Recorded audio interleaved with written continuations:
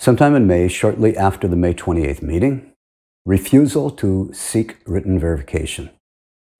According to Jayadwaita Maharaj and Satsvarup Prabhu, the following event took place shortly after the May 28th meeting. Satsvarup was discussing the meeting with Jayadwaita Maharaj. How, at least according to the GBC report, which was most likely written by Satsvarup, Srila Prabhupada said he would soon select some men who would become regular gurus. Jayadwaita suggested that Srila Prabhupada be asked to sign a written statement verifying that this is what he wanted. Satsvarup, at the time he was Goswami, brought this up to Tamal Krishna Maharaj, who was acting as Srila Prabhupada's personal secretary at the time. This incident was related by Rupa Vilas during the 1990 North American GBC meetings. Here is a video of what was said about this at that meeting. Well, according to Satsvarup Maharaj's account, he's recently published an account. There was no confusion in his mind, but he had a conversation with Jayadwaita Maharaj, and since he's here, he can confirm that it was his understanding that the persons who were nominated as Ritviks would later become gurus after the departure of Srila Prabhupada. And Jayadwaita Maharaj pointed out that it may seem perfectly clear to him, but that others might not think it was so clear, and they should get it in writing. Is that basically? Yeah.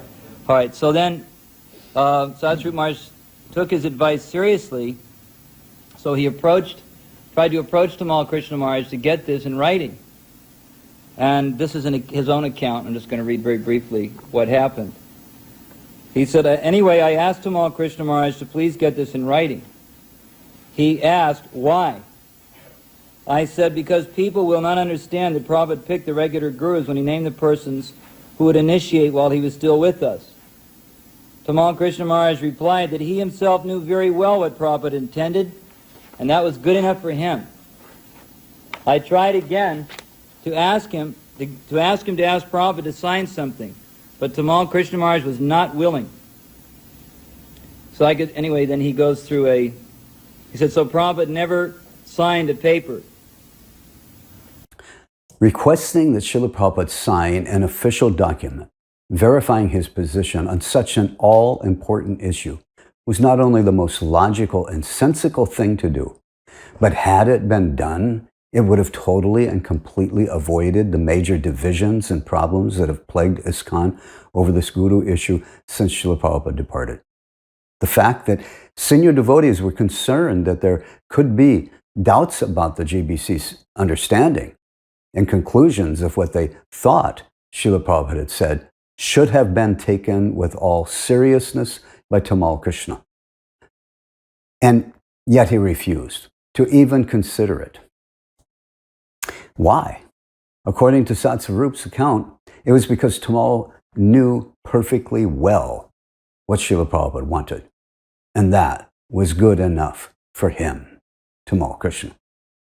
What Tamal Krishna thought Srila Prabhupada intended to say was good enough for Tamal Krishna, and so it would have to be good enough for anyone and everyone else in the whole world.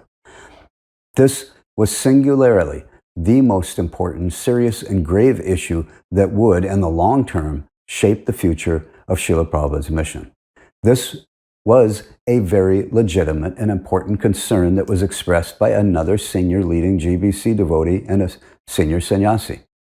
Ironically, this very incident, where Tamal wants the whole world to trust his judgment, reveals just how lacking and wrong Tamal Krishna's own sense of judgment was at the time. Devotees from both sides of this issue agree. Again, on the screen to the right is the GBC's handwritten record for the May 28th meeting, showing what the GBC men present at that meeting thought that Srila Prabhupada had said. And further over is a transcript of what Srila Prabhupada actually said. When Tamal Krishna proclaimed that he knew perfectly well what Srila Prabhupada said and intended, he is defending what this GBC report states. And yet, it is this report that I have shown is totally wrong, totally misleading, and totally lacking. Obviously, Tamal Krishna did not at all know perfectly well or even anywhere close as to what Srila Prabhupada actually said or what he actually wanted. I have again highlighted all the words and instructions that the report left out in blue and show in red what the report added that Srila Prabhupada had not said. Another thing this incident shows is just how much Tamal Krishna had full control over Srila Prabhupada's access at the time. Satsvarup had previously also served as Srila Prabhupada's personal secretary. He was a senior GBC, senior devotee, sannyasi at the time, etc., but he no longer had direct access to Srila Prabhupada. He had to ask Tamal to ask Srila Prabhupada, and when Tamal said no, that was it. Again, I'm not sure who wrote the GBC report. I'm not sure if it was either Satsvarup or Tamal. And by looking at the signatures, I've now conclude that it probably most likely was Satsvarup. But previously in this presentation, I had accused the person who authored it as being single-handedly responsible for having misled the rest of the GBC, which caused them to take ISKCON down the wrong path all these years.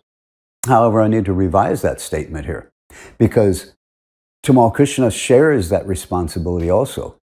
Because if he had not been so puffed up and obstinate and had simply taken their GBC minutes to Srila Prabhupada and asked him if this was what he wanted, and to sign his name on it or another paper, similar, writing, that would have resolved this entire debacle. And in fact, if Satsvarup was the one who authored the paper, this gave Satsvarup, this was an opportunity that Satsvarup would have had to have verified if his writing was correct or not, if his report was correct or not. Of course, none of that took place. Also, in doing my research, I found a rather disconcerting fact that occurred just 6 days earlier on May 22nd, when the topic concerns what to do with the money in Srila Prabhupada's accounts. At that time, Tamal Krishna suggests to Srila Prabhupada that Srila Prabhupada should sign a paper about the handling of the money. May 22nd. The money which is in my personal name in different banks, that is being spent for the society, and it will be society property. In this connection, a few deposits which is allowed some pension to the members of my former family may not be taken. 2 points. What is it? What can I suggest? That in regard to the 3 temples, Mayapur, Bombay, and Vrindavan, you should designate who you want the trustees to be. And in regard to the money which is held in your name, which will be used for the society, that should also be, your signature should be given as a power of attorney to 2 or 3 other persons. Less than a week earlier, when the topic is money, Tamal advises Srila Prabhupada to give his signature as power of attorney so that the selected GBC members can have legal control over that money. 6 days later, when the topic concerns the disciplic succession and this guru issue, which carries much greater importance and will affect the whole future of ISKCON, to ask Srila Prabhupada to verify in a written and signed statement what he may or may not have said regarding how initiations would be conducted after he departs, Tamal refuses, even despite the concern expressed by other senior devotees. In my view, this brings into question Tamal Krishna's real motive and reasoning why he would refuse to ask Srila Prabhupada to document in writing his stand on this much more important issue. However, it's a question I could only speculate on and have no definitive answer for.